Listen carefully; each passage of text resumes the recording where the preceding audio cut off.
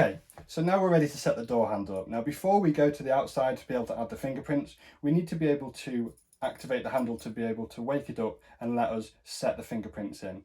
So there's a setting tool that we've already used, and on the back left hand side of the handle there's a small hole. We're going to put the setting tool in that hole and press the set button, and you'll hear a small beep.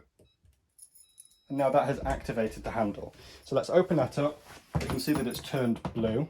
And what we need to do here is add a fingerprint. So I'm going to start with my thumb. We'll take it on and off, and we're going to put it into different positions to make sure that it recognizes my thumb in different positions. Now that has activated, my thumb is now an admin fingerprint. Now with this handle, the first 3 fingerprints that you add will all be admin fingerprints. And admin fingerprints are important because what that means is we can then authorize other users to add their fingerprint, because we don't want anybody to be able to just add it. So now my thumb is an admin fingerprint. If this handle is just for one person, then by all means your first 3 fingerprints may be your own. However, if you have it for multiple people, if it's landlords with tenants, or whether it's in a house with multiple people, you may want to use multiple people's fingers for the admin, just to make sure that if one person isn't there, you can still add somebody if you need to.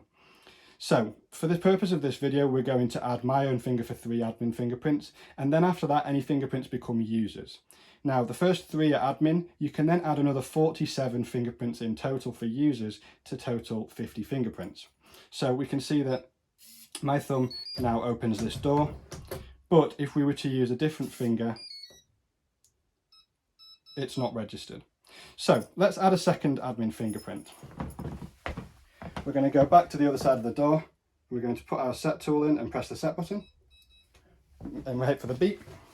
We now need to register and authorize an admin fingerprint before we can add any more. So now that's authorized, I can now add a second fingerprint, on and off in different positions. And now I've added a second admin fingerprint. So again, we can then do this process again and make sure we can add our third admin fingerprint. So we're going to go to the back, use the setting tool and push the set button. There we go. I'm going to activate it and authorize it with my admin fingerprint, and then I'm going to add another admin fingerprint. There we go. So now we've added all 3 admin fingerprints, and here from forward we're going to add user fingerprints. Now we do recommend that all users register at least 3 of their own fingerprints, just in case for any reason one isn't registering, they have others to use as backups. But again, people can register all their fingers if they want, it's completely up to them. So we're going to do the same process again for users. We're going to take the set tool and push it onto the set button. Push the button and activate it. We're going to take a registered admin fingerprint, so I've now done my third one.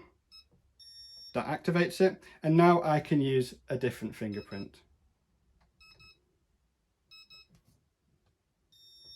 It's now learnt my final fingerprint, and that means now as a user I can activate the door. So whilst I just wait for that to turn off, another way of opening the door is we have 2 backup keys. Now the key can be used whether the handle has any batteries or not. It doesn't matter if it has power, it just overrides it. So the key goes in the outside of the handle here. You can just turn that key and the handle is now able to activate the latch. If you take the key out, the handle doesn't activate the latch, as you can see, until you use a finger. So let's use the finger I've just added. That now activates it and I can operate the latch. Now, if you're a tenant, for example, in shared accommodation or student accommodation, sometimes you may not want your door to lock every time you open or close it, because you may want to be in and out of the room without having to activate it every time. So the easiest thing to do here is to take your key, put it in the end, turn the key, and just simply leave the key in the door. As you walk in, the handle just operates as a normal handle until you turn that key, it locks again, and you'll be required a fingerprint or a key. The other thing that you can do is you might want to erase all of these fingerprints and completely start again.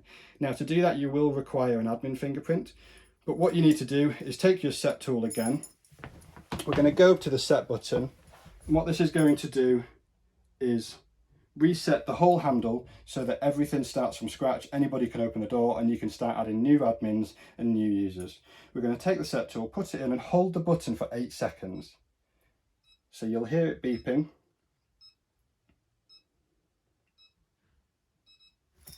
Once it's done, we need to add an admin fingerprint to activate it. And that has now authorized the full reset. The handle is back to where it was before. And we can see we never registered this fingerprint, but this should now work.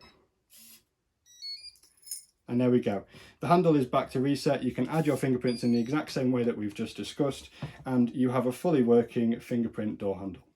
Thank you very much. If you have any questions, please head over to the website. We have a lot of FAQs on there, or the YouTube channel for any other videos. But otherwise, feel free to contact us if you've had any trouble installing your Breeze.